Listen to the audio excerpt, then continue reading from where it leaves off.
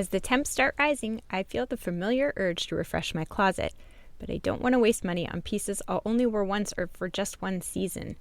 Thankfully, Quince changes that. Their clothes are timeless, lightweight, and far more elevated than anything else at this price. It finally feels like my wardrobe matches my standards. The best part is that Quince only works with factories that use safe, ethical, and responsible manufacturing practices and premium fabrics and finishes, so you get to look good while feeling good. I'm pretty excited that I have upgraded my athleisure wardrobe for this summer. I bought a sweatshirt and a pair of wide-leg flow pants that are two of the softest items I own, and I plan to live in them. So join me in giving your summer closet an upgrade with Quince. Go to quince.com/POTC for free shipping on your order and 365-day returns. That's QUINCE.com/POTC to get free shipping and 365-day returns. Quince.com/POTC. This is where the skills of compassion come in, to allow suffering to be there and to sit with it, rather than trying to block it out or suppress it, medicate it, avoid it, do all that sort of stuff. If we allow ourselves to have a compassionate presence with our own experience, but to allow that suffering to be there without trying to heal it in the first instance, without trying to make it go away, that has its own allowance of the healing process to occur without forcing it. That was Grant Dewar on Psychologists Off the Clock.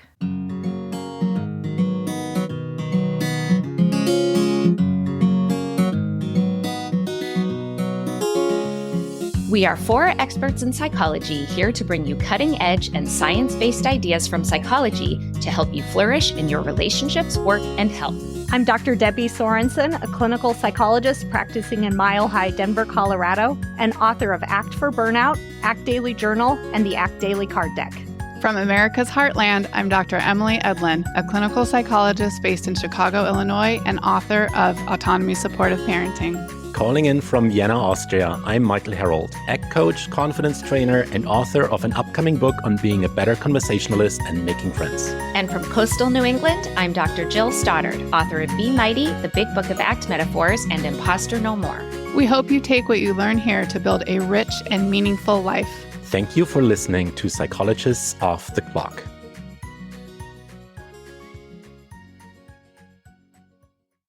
Hi, everyone. This is Debbie, and I'm bringing you an interview today with Grant Dewar, who wrote the Self-Forgiveness Workbook. And I'm here with Michael today, who actually I think may be a little bit, what's the word? Are you mad at me or jealous? Furious. I'm fuming. I think we all have met Grant before and adore Grant. At least Jill and Michael and I have. And we all saw the news about his book on self-forgiveness, which is really an important contribution. And before I even checked in with the team, I kind of got the ball rolling on an interview. Michael, how did you feel about that? Well, Grant got in touch with me as well, talking about his book, telling me about his book. And I was like, oh, Grant, this is a great topic. I love this topic. Like, we should have you on Psychologists Off the Clock. And and before I even knew it, before he even could reply, I already saw him on the editorial calendar and that he was scheduled with Debbie. It's like, this is like some of our guests on the podcast. They're a bit like concert tickets to the Backstreet Boys. It's like, you better be really fast or someone else grabs them.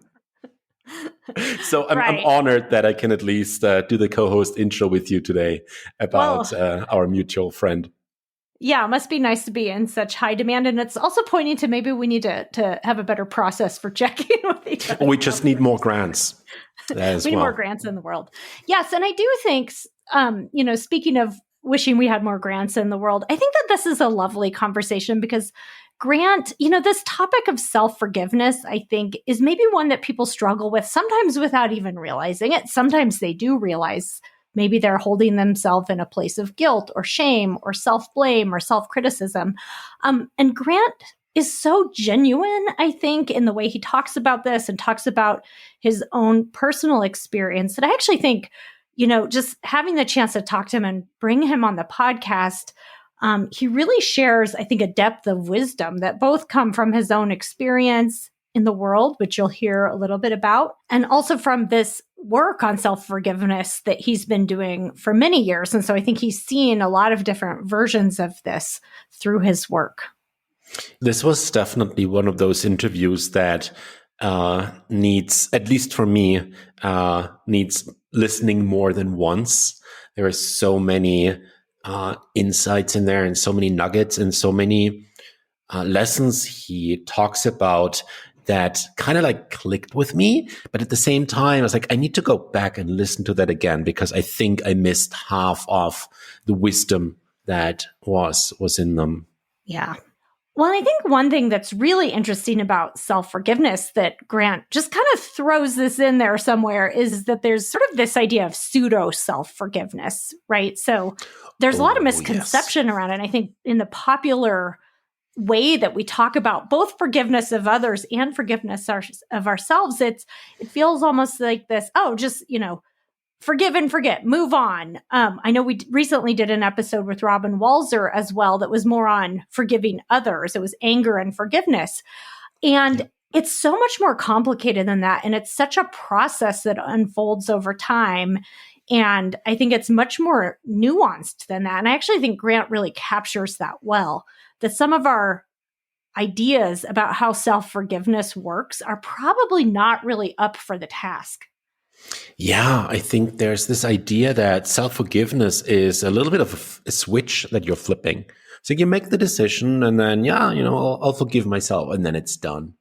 And for me, one of the big takeaways of this interview was that self-forgiveness is not easy.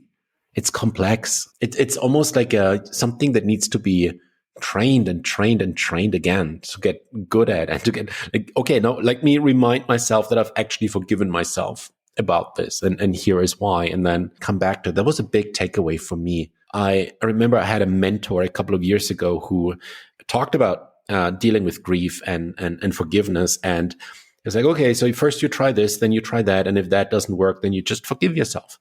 And it never sat right with me. It's like, I don't think that works, because it didn't work for me ever. It's like, I don't think it's that simple. And Grant beautifully illustrates why it's not simple and what to do instead. Well, and I think especially for people who are either shame prone or really highly self-critical, that's just not gonna fly. And I do think that sometimes that idea, just forgive yourself, move on. It's like, well, yeah, that's not really how the human mind works. So if only, but yeah. If only. Yeah. And I mean, life is hard. I think Grant talks about, we're always making choices all the time, and we're going to make mistakes, and we're not going to get it right all the time. But even just recognizing that, right? Usually if we feel like we're feeling guilty or self-critical or experiencing regret, I think that usually, we're doing the best we can. And it's really easy to look back on things and say, I wish I would have done this differently or that differently. But we sometimes are almost forgetting how difficult it is, and how in the moment, sure, we make mistakes, or we don't always get it right, or we're making really hard choices and something's got to give on one side or the other. And towards the end of the episode, Grant also talks about how self-forgiveness can actually illuminate the things that are important to us. And that was certainly a light bulb moment for me as well. It's like, whoa, there's something to be learned from the things that I have to forgive myself for. So make sure you stay until the end of the episode, because I can promise you it's worth it. Yes. And we hope that you enjoy the episode and take out some of these nuggets of wisdom from Grant. My guest today, Grant Dewar, is a life educator, work health and safety advisor, and trainer from Adelaide, South Australia. He has a master's degree focused on adult education and a doctorate in researching the science of self-forgiveness as a tool for lifelong learning. His work in the community, public service, and later in life as a health professional have helped him to develop research and apply his work on self-forgiveness. He's the author of the Self-Forgiveness Workbook, Mindfulness and Compassion Skills to Overcome Self-Blame and Find True Acceptance. And Grant, you have a new business called An Open Conversation. Can you tell us a little bit about what you're doing? Yeah, look, I've gone back to my education roots, and in researching this book on self-forgiveness, what I found is that there's an emphasis these days on making our difficulties and problems into things that require therapy or diagnosis. And there's sort of this disease medical model around what is in fact natural human responses to very difficult questions. My philosophy is based on that everyone has their own particular life path. Everyone is, a unique miracle. Everyone has a particular path of learning that is theirs and theirs alone. And what I've found is that the tools of self-forgiveness help unlock the great life lessons that people are learning and apply them to what is a meaningful and purposeful life. So that's my basic philosophy, is to use the skills that we both know, and you talk about a lot on the podcast, which is the science of behavior in context. And just to get people to step back and look at the actions they've taken, what the context was at a particular time, how they responded to that context, and how there are alternatives to that. And sometimes, people get stuck in repeated patterns because life hits us in all sorts of different ways. And if we can sort of step back and get some perspective on that, what is very useful is there's an education in that for the person that's their own textbook for their life. Yeah, I think that's actually a really nice summary, I think, of what your work is in the book and how you approach it in the workbook, which people can go through, answer questions to take a look at self-forgiveness in their own life. And I'm wondering if you could tell us a little bit, as I was reading through your book and also pulling together, your bio, I was looking online to find out more about your history and what you do. You mentioned a lot of twists and turns in your life pathway, and it really felt to me like there was a personal note of how you ended up doing this type of work. So I was wondering if you could just tell us a little bit about how you ended up here. Well, I'll give a bit of a warning. My life was very dramatically affected by my father's suicide when I was aged 15. And that hooked me for a long, long while, because I was the only member of the family still living with him at the time that he took that decision. And there was a lot of self-blame as a young man, and I carried that really close for about 20 years until I was in my mid-30s.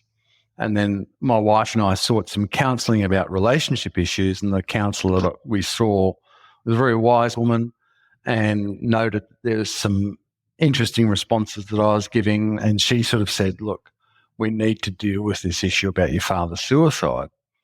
And in fact, what had been going on for me is that I'd almost lived daily, weekly, monthly, certainly, with my own demons around self-harm.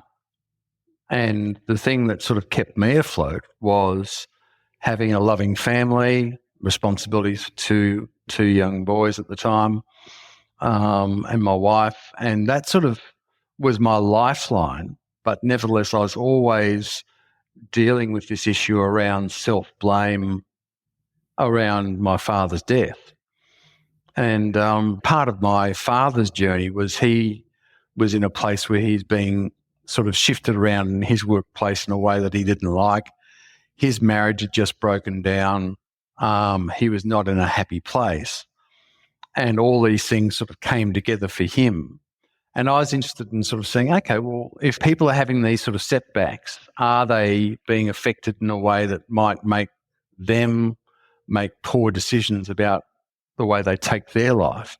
And so I was interested in this process. And then I sort of came across acceptance and commitment therapy in those studies. And I've seen how useful that is in dealing with people in, general life experience, but also in workplace settings, and in assisting both the person themselves and the people that are trying to assist them to better understand the way in which people can respond effectively to life setbacks and to transform those setbacks into something that are actually useful, which is what I see as being the essence about self-forgiveness, is that the thing that was a bit different about my PhD and the study of self-forgiveness, which I brought the elements of acceptance and commitment therapy to that particular learning journey, was that a lot of self-forgiveness literature was focused on people that do something bad to someone else and need to forgive themselves after they've gone through the process of restitution and restoration of that problem.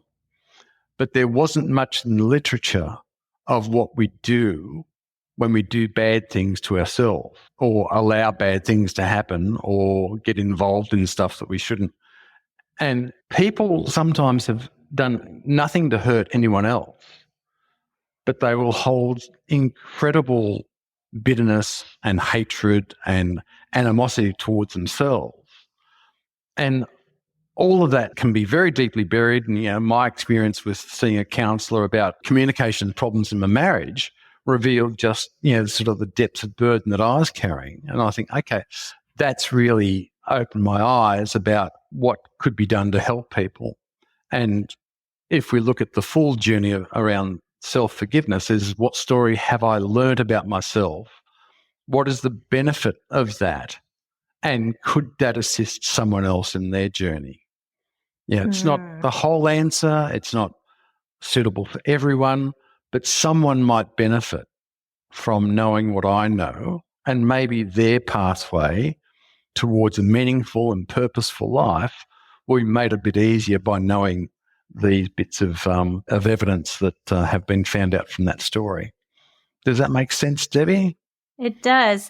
And there's a piece of it that I think I'm glad you mentioned a little bit, which is that sometimes what would we call the opposite of self-forgiveness? Like when people are in a place of non-self-forgiveness, if that makes sense, or they're in a place of self-blame.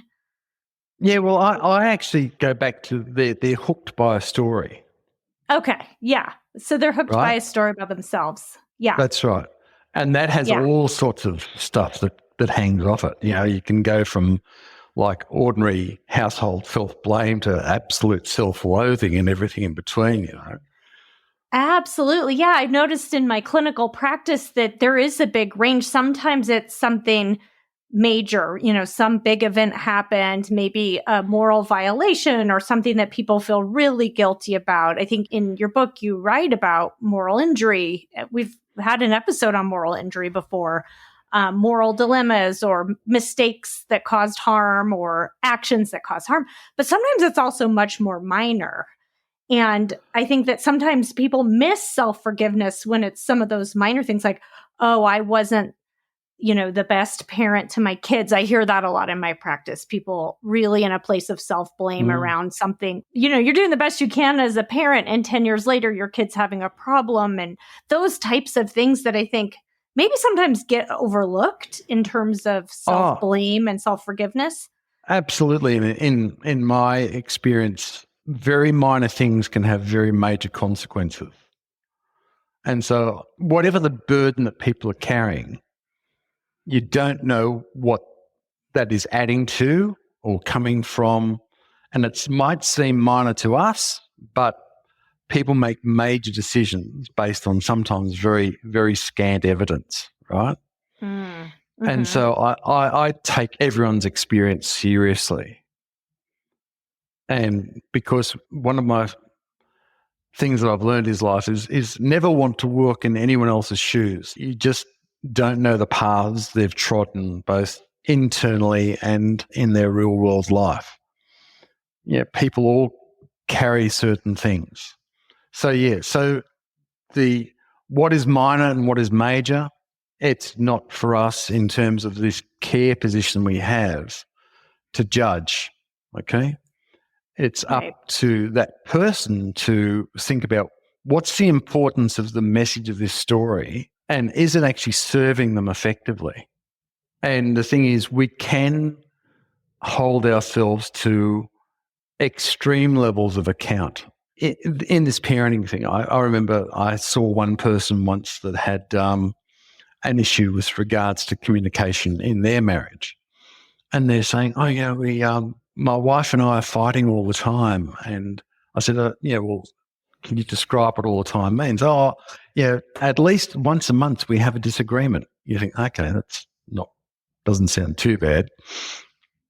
And then I said, okay, well, look, let's just look at how you've seen issues resolved in marriage before. How did your mum and dad get on?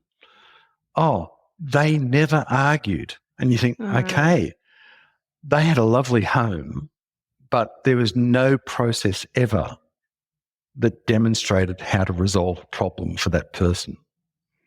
And so you can say these people were perfect parents, but the issue is because there was never any ruction, either things were solved behind closed doors or they were buried. That young man had never seen a problem resolved. And so he was carrying this burden that, he was like this somehow a failure in his relationship because two people trying to get along were having disagreements. And so while his parents might have thought they did a perfect job of raising this person, there were some real skills that were lacking for them in the way they resolve problems in their life. So you just never know what a major problem is and what a minor problem is. We don't know how our parenting contributes to issues. And one of the things that I love about Jill's work, about the imposter syndrome, is that we have such incredibly high standards put upon us, particularly in the parenting game, and that's evident in social media. It's evident in the blogging community around parenting and so forth.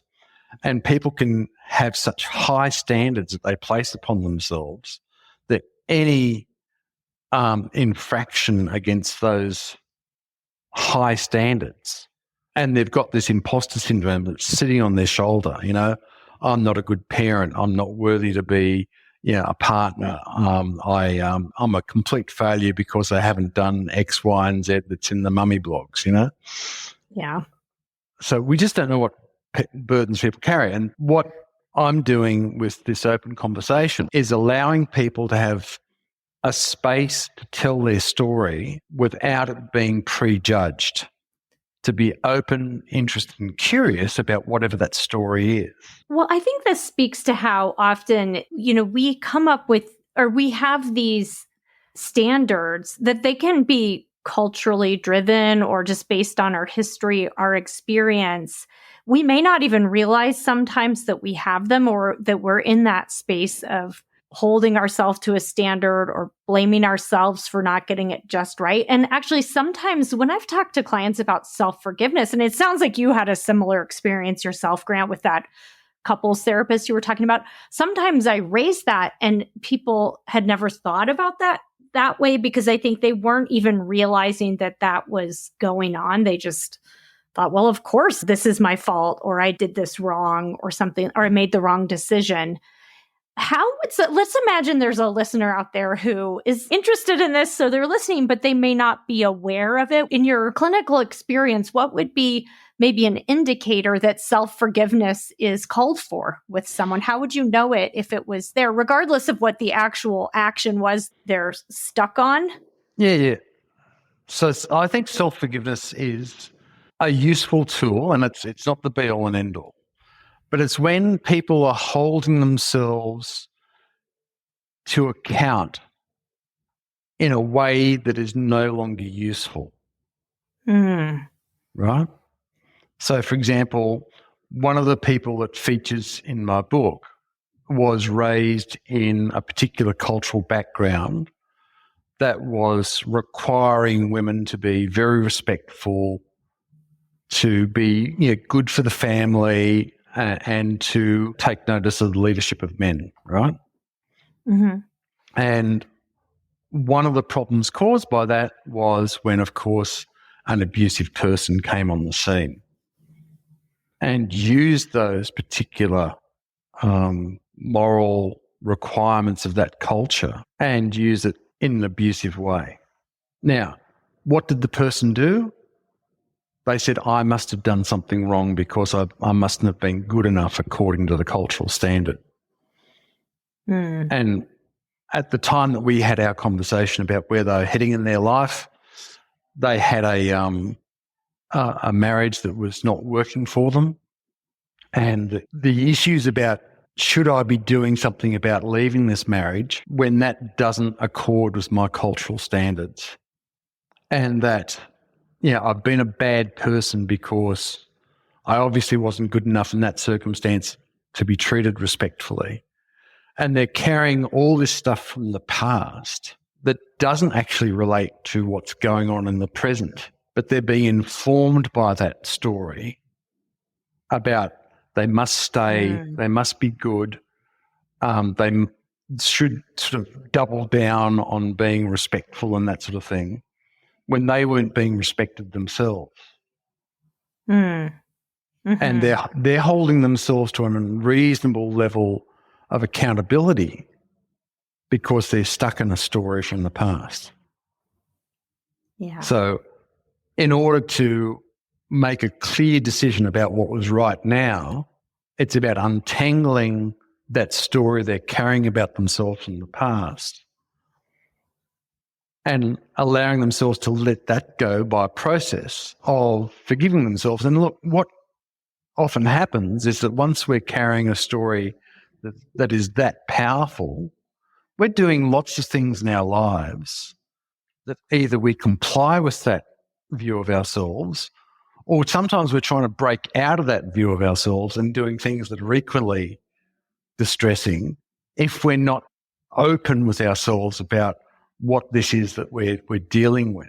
And so this is the first step that I see in this journey, is about knowing what this story is and being fully present with it and understanding that there's a power in that story that isn't about being ill. It's not about actually requiring therapy as such. It's about knowing that there's a story that has its own power and trying to uncover the power of that story.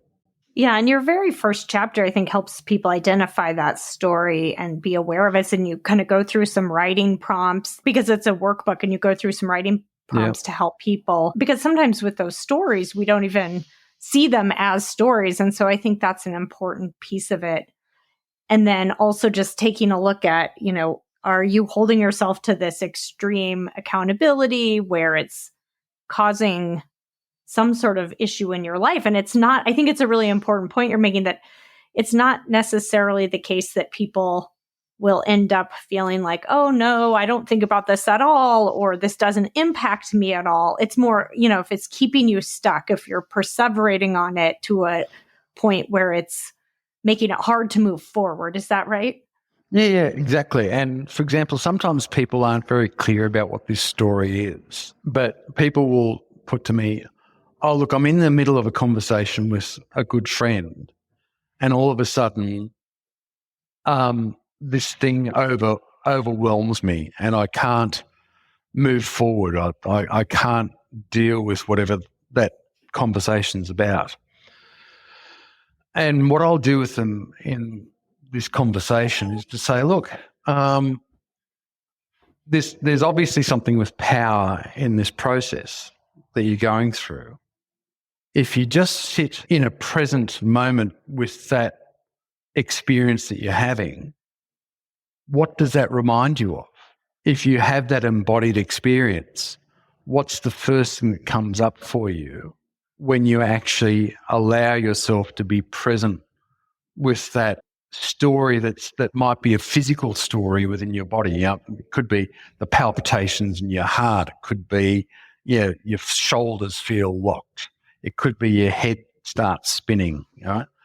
What does that remind you of? Where does that take you to? And often that will then, if they are sitting with that will reveal an experience. Oh, that reminds me of when I saw my parents arguing and people coming to blows. And I get this sudden experience of overwhelming need to hide. And that's where I'm going. Okay, so what's that story? Oh, if we allow that story to be told, it's the little child that never felt they had a place in their home because the parents are so, busy working through their emotional issues. Mm-hmm. They were never present for their child, right? Oh, that's what's informing me when I'm having a disagreement with a friend, okay? Mm-hmm. So if we then allow that story of that child to be present and all the stuff that you've done to compensate for that or to avoid it, and then allow that to be its own story. And this is where the skills of compassion come in, to allow suffering to be there and to sit with it rather than trying to block it out or suppress it, medicate it, avoid it, do all that sort of stuff. If we allow ourselves to have a compassionate presence with our own experience, but to allow that suffering to be there without trying to heal it in the first instance, without trying to make it go away, that has its own allowance of the healing process to occur without forcing it. I don't know if you know anything about Carl Rogers. Oh, yes. I remember. Okay. So, in graduate school, studying some of his work. Exactly. But his basic philosophy informs so much of what we do these days. And his basic philosophy was it's only when a person is accepted as they are without requirement to change that change can then occur. Oh, that's one of my favorite quotes. Exactly. Well, what I'm saying is that we have to be able to do that for ourselves. Yeah. We have to be able to turn that inwards and be able to accept ourselves just as we are without a requirement for change in the first instance, to allow us to suffer and to explore what that suffering is trying to reveal to us is part of this process. Now, and I'll just say that these steps are all things that can be entered into. Any stage of this story, you can go into one of the processes in this book and you can find uses for it. It doesn't have to be like step 1, step 2, step 3. These are all ways into the process of self-forgiveness, because basically what we're trying to do in self-forgiveness is to try and restore our capacity to function in the world, to make things as it was before. Consider ourselves to be like a newborn baby who needs to learn how to walk. That will only come after they've lived for a few months, possibly up to a year and so forth. And they've got to be able to, sort of get up and toddle and, lean on things and fall over. And we've got to allow ourselves a space of exploration. And that's what forgiveness is we get so bound up in these stiff, inflexible, non-adaptable ways of being because we get caught up in stories. And part of what we've got to do is return ourselves to a state, if you like, of innocence, and to examine what is the pathway. Even though we stumble through it, what's the pathway through this? Yeah. And it absolutely is a process, right? I mean, it's not really the case that people say, okay, I've forgiven myself. This is, closed book here. It doesn't quite work like that. It's, you have all these different components of it. Like you're talking about self-compassion and some of these other processes. And I think it's a lifelong process often. I mean, maybe eventually it will ease up a little bit with practice, but it's kind of an ongoing process in my This is an interesting experience. thing in that what I've learned in work health and safety is that every solution that you give to a problem then becomes a problem in itself, right?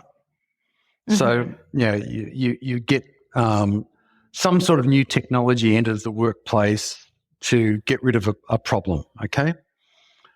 The issue is that you then have to maintain that new solution. You then have to train people on it. You have to make sure that people don't damage themselves with that new solution, right?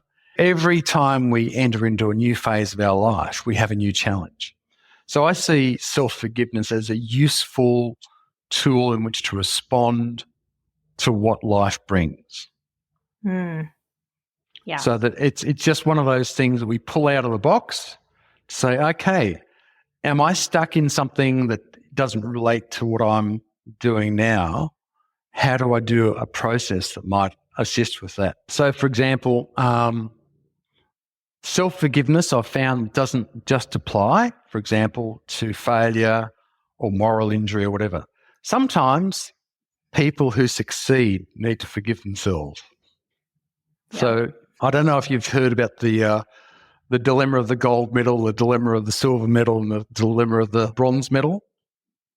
Have you heard of those, Deb? Is this the one where the silver medalist is the least? Is that what you're referring to? Well, there's three issues. The gold medalist will sometimes think, will I ever be this good ever again? The silver medalist is first loser. But the bronze medalist can be, wow, I didn't get a silver or a gold, but I beat everyone else. Right? And yet those three people are still the people on the podium, and yet each will have their own issues with their level of success. Mm-hmm. Yeah. Right? And we will find that in our lives. That, even if we're at the peak of our business acumen and that sort of thing, can I keep myself at this level? Will I be able to have the people who will support me? Will people change in the way they approach me? And you find this with people who find fame and fortune through various means, that all of a sudden their relationship with strangers changes, their relationship with people they know changes. Wealth can bring its own tortures. And we see this, for example, with lottery winners and that sort of thing, that unfortunately there's a lot of people that will make poor decisions when they're given money and end up worse than they were before those winnings. So success has its own traps and pitfalls, as does failures. And so I see that the usefulness of self-forgiveness is to give us a way in which to examine those things that we're carrying that aren't useful for the present moment and what we're actually facing. So going back to your point about, I forgive myself and it's done. In the self-forgiveness literature, they talk about pseudo-self-forgiveness, which is, that wasn't so important. I'm going to let that go. Now, that's good if it wasn't important and it can be let go, but it's not good if it was important and you can't let it go, but you're just pretending you're letting it go.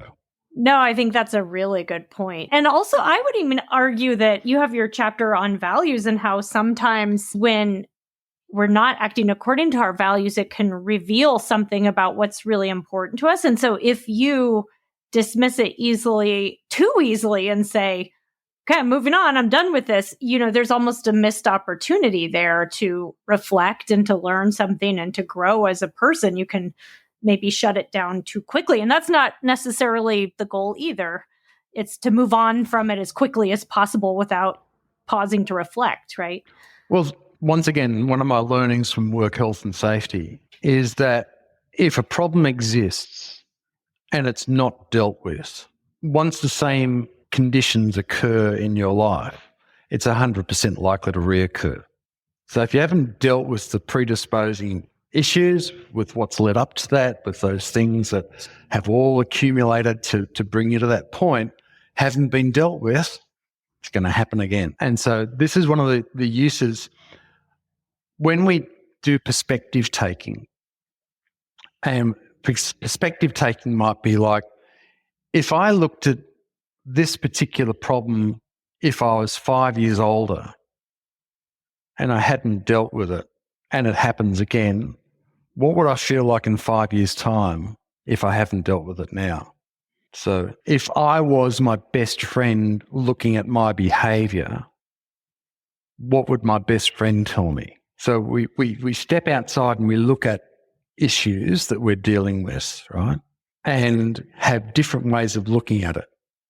how is this like something else? How is this like something I see other people doing that I don't like? So there's all sorts of different techniques of perspective taking in behavioural science, and that's really useful. Now, the thing is, if it's telling us something about what we don't like, that in itself has a value attached to it. If we don't like something, it's usually because there's a value base in that. I don't like, when I get snippy, I treat people rudely. And I really feel disgusted with my own behaviour when I'm doing that, okay? So the snippiness might come from being raised in a family where you're always criticised, okay? And if you are being criticised and you don't like the way that's happening and you treat the person rudely, like you treated your big sister, when you were growing up, you're caught in that story, right? There is a value in that, and that is, there's a couple of values. Number one, you might want to be respected. Number two, you might want to be heard. You might want what you say to be listened to and taken into account. So there are values in each of those things. And then if you actually understand what those values are, that then becomes the point to which to deal with yourself and say, okay, you've got this story, you respond rudely when that story overwhelms you, but what is it you really want? And you want to be asked to be treated respectfully. You want to ask to be listened to, and you want what you say, the content of it, to be given some reflective effort by the person that's talking. Now, if you've done that work, you can then do the work of self-forgiveness. Maybe there's an apology involved to a person that you've overreacted to. Okay, well, you can do that. Maybe there's some restitution of relationships needed because other people have seen, what's going on with her, that sort of stuff. Okay, but if you know what your values are, you've then got a better place to actually deal with what the consequences of that previous action is, and also to avoid it in the future in a way that's useful. Yeah. So this is about, okay, I'm now learning my own life lessons and putting them into action. And that's why I come from, I don't see this so much as being a therapeutic process as an educative process. As you're talking, I'm thinking of so many examples from my own life. I'm thinking about times when I wasn't very thoughtful to a friend, or when I was parenting while distracted or ignoring, just not putting enough attention into my relationships with my friends and family. And these aren't things I'm really, deeply struggling with right at the moment. There have been certainly some moments. I forgot a friend's birthday recently. I can think of some times when I was stressed out and maybe not showing up for my husband or my kids as much as I wanted to. And I think what's helpful hearing you say this is that I can pause and take a look at that and think there's that little shame flashback, cringy, guilty feeling that shows up a little bit. I notice it. And I can think, okay, what is that telling me about what's important to me that I can learn? So, okay, it really is important to me to tune in with my kids even when I'm busy and stressed. It really is important for me to be thoughtful as a friend. And the time that gets derailed is when I'm so busy with my own stuff that I just am not thinking about it. And I don't know, I like what you're saying because there's a little bit of that sense of, kind of looking internally, but then also thinking, what does that tell me? There's this history around all this. And then what does that tell me about how I can move forward? That's right. But also there's a place for that person that's feeling a bit shameworthy and a bit cringy. Yeah. Right? To also be given compassion and love and a perspective. Okay, because if you look at that experience, what what else was going on? Why weren't you able to be present with your family? Yeah, you're a busy professional person. You have lots of responsibilities. You have many things coming at you from many different directions. Okay? And so one value is to be present and attentive and loving towards your family. But there's also another hidden value here in that there's lots to get done in your life. You have limited resources. And this is where there's these are two conflicting rights.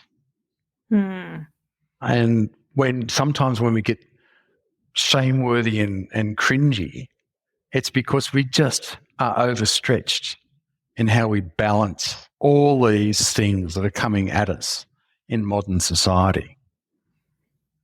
Yeah, you call them impossible choices in your book, yes, right? Yes, you're correct. always choosing, making these choices, and to some degree they are impossible because that's right. There's no way to get it just right where there's no conflict whatsoever. That's right. That's just not even a thing. That doesn't exist. And the thing is, if you can forgive the person who has failed to make the right impossible choice, right? You can also forgive the internal person that's blaming that person for failing to make it right. Okay, you want to keep me on track. This is the imposter thing. We want to be right. Without the imposter thing, it's interesting. I'm looking at the current stuff about these Boeing aircraft that have got loose bolts in them, right? Well, guess what? We wanted the person who was finicky to the last detail to make sure all those bolts were attached in those aircraft, right? Now, what I'm trying to say is that someone who's finicky, gets every detail right and that sort of thing, we might label them with all sorts of labels these days, but we want that skill applied to that thing, right? But what's overcome that? Someone's obviously been told to work quickly, to work faster, to get on with it. Something's happened that has overridden that sense of dedication to getting that thing done. There's always these conflicting issues going on in our life, but our values need to then inform us, say, what is the overwhelming thing, the overarching thing, the most important thing that I need to apply myself to? And the fact that you've identified that you haven't given enough, that then gives you a set of values to say, okay, I need to give more than that, and perhaps I need to give up some of that. Maybe your professional life suffers for family. Maybe family suffers for professional life. It just depends on what the value set is that allows you to make the best decision for the limited resources you have. One of the people mentioned in the book was they've been offered a new opportunity. They've got to go and train and do stuff. And that's going to take them away from the kids they love. But the kids are, older, just preteen, and they've learnt the benefits of social media, and they say, oh, well, look, Mum, we can make a blog for the family about what you're doing. We can post stuff. You can send us pictures of what you're doing training. And they then become part of that project, even though she's not in physical contact with them. She's still in emotional contact and giving content to them that allows them to be part of her journey. And so the conflicting values is she needs economic security for the family, and the other value is she wants contact with the family. But something's got to give. And economic security allows for the future of her family. And so the contact part of it is then what she engaged her children with. And they did that through social media and, doing fun posts to other members of the family. Hey, this is what Mum's doing today. Isn't this crazy? That sort of stuff. And so with these impossible choices, if you identify what the conflicts are, you've then got some ways through to assist yourself to respond. And what people do when they don't do that is they can often do really poisonous stuff. And, this is where all sorts of way out behaviors, withdrawal, addiction, inappropriate relationships, all that sort of stuff. If we're not actually dealing with the core of what we want, is somehow those needs that need to be addressed will somehow come to the fore. You mentioned withdrawal, and earlier in the conversation you mentioned hiding. And I want to go back to that because in the book, you give a couple of metaphors for this. Actually, one is that we often put ourselves into exile when we feel that sense of shame or guilt or self-blame. And you also use the metaphor that what we've done is often not a criminal act, maybe sometimes, but often it's not.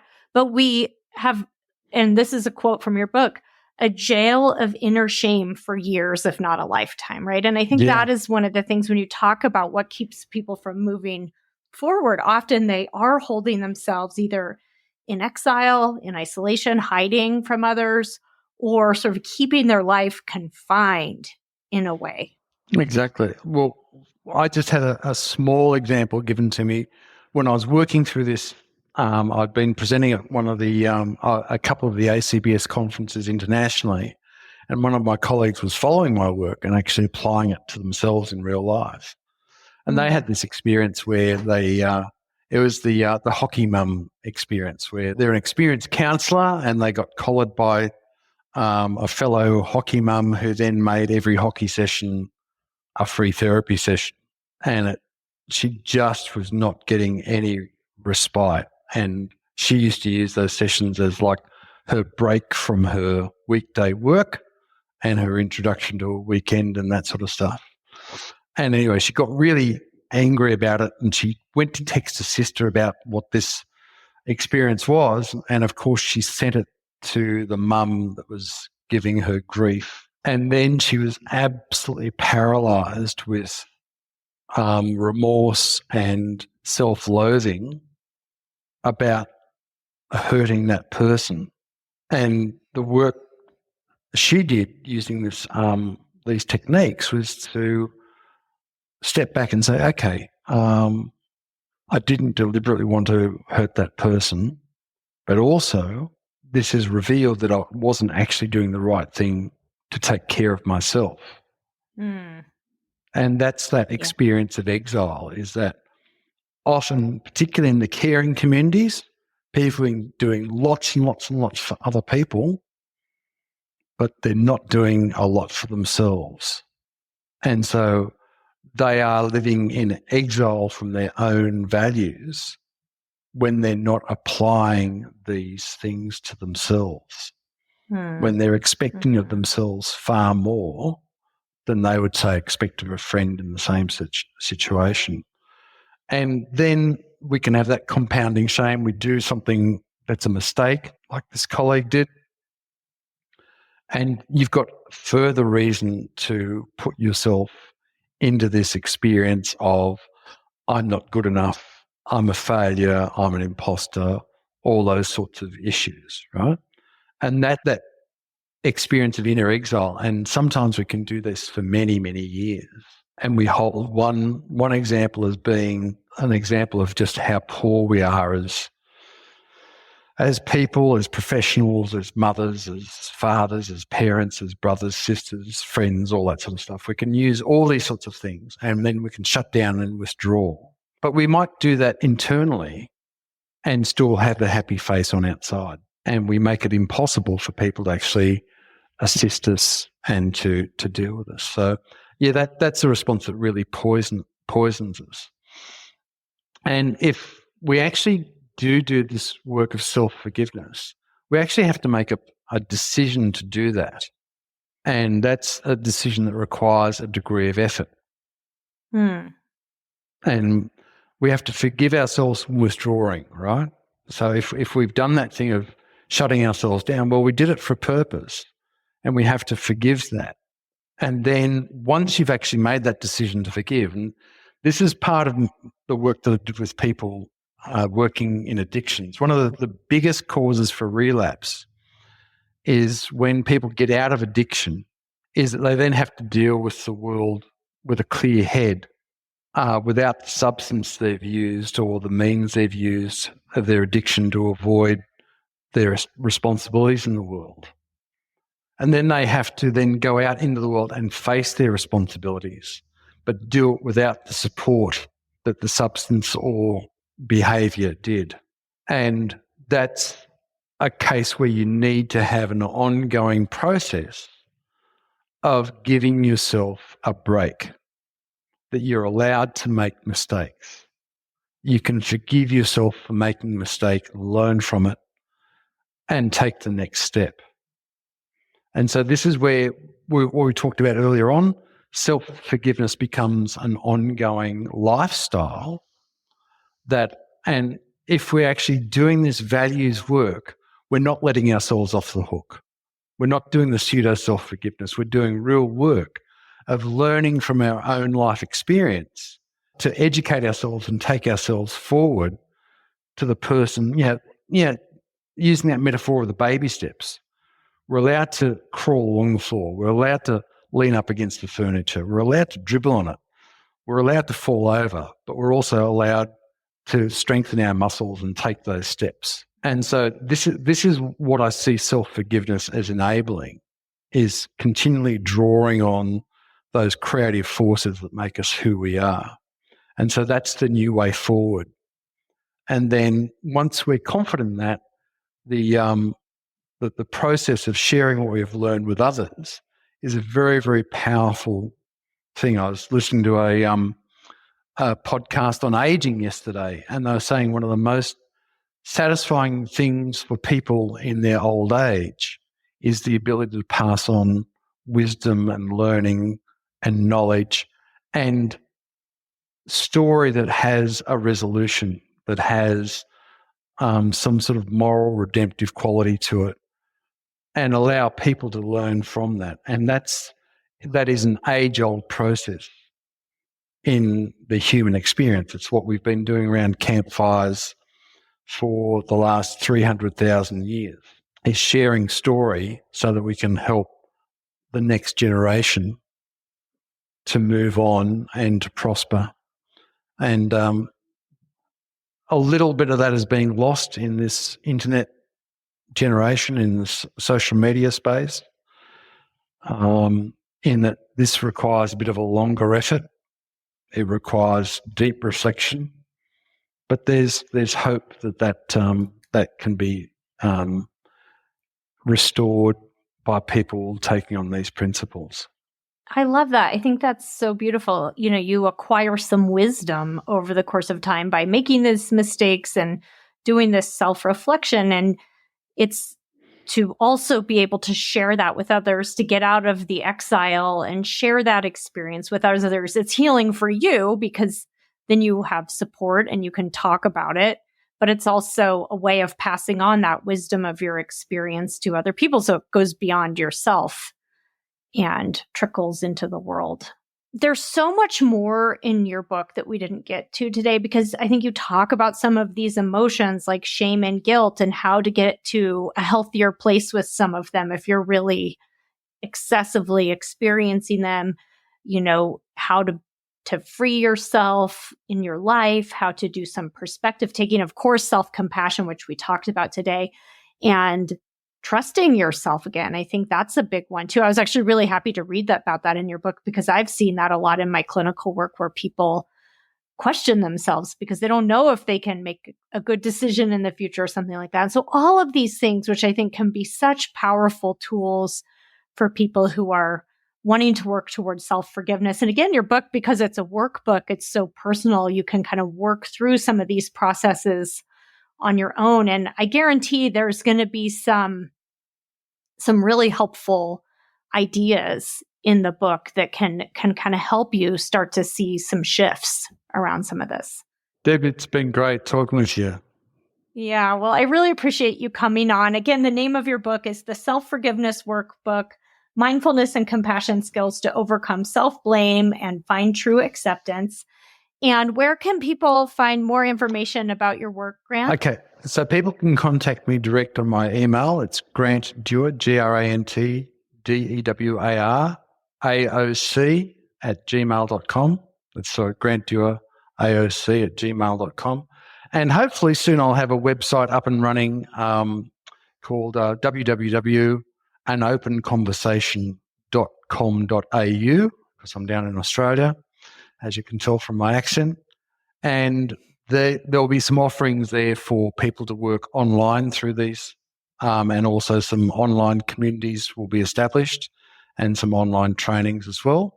And I hope to be doing seminars regularly, both online and hopefully at a city near you. Great. Well, we'll link to some of these resources and we'll be on the lookout for when you're in a city near. I'll be looking out for you to come to Denver. So keep me posted on that, Grant. I'd love to come over. All right, Grant. Well, thank you again so much for sharing all of your wisdom with us today. I really appreciate it. Thanks, Deb. All the best. Thank you. You too.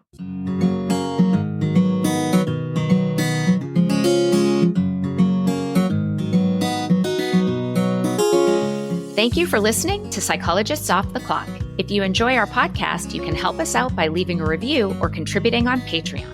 You can get more psychology tips by subscribing to our newsletter and connecting with us on social media. We'd like to thank our podcast production manager, Jadine Stout-Williams.